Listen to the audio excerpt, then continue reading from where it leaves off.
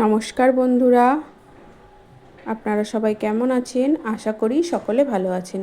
আজকে আরেকটি নতুন ভিডিওতে আপনাদের জানাই স্বাগত। আমরা চলে গিয়েছিলাম বহরমপুরে কালী প্রতিমা দর্শনে। এটা ছিল স্কয়ারফিল্ডের সামনে একটি প্যান্ডেলের অ্যাম্বিয়েন্সটাও খুব ভালো ছিল। এখানে বাউল গান হচ্ছিল। এখানে হাঁটা পথে দু তিনটি ঠাকুর আমরা দেখে নিচ্ছিলাম ঘুরে ঘুরে।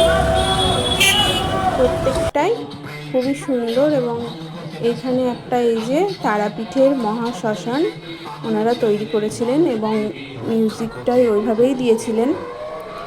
খুবই ভালো লাগছিল, একটা ভয় ভয় ব্যাপার লাগছিল।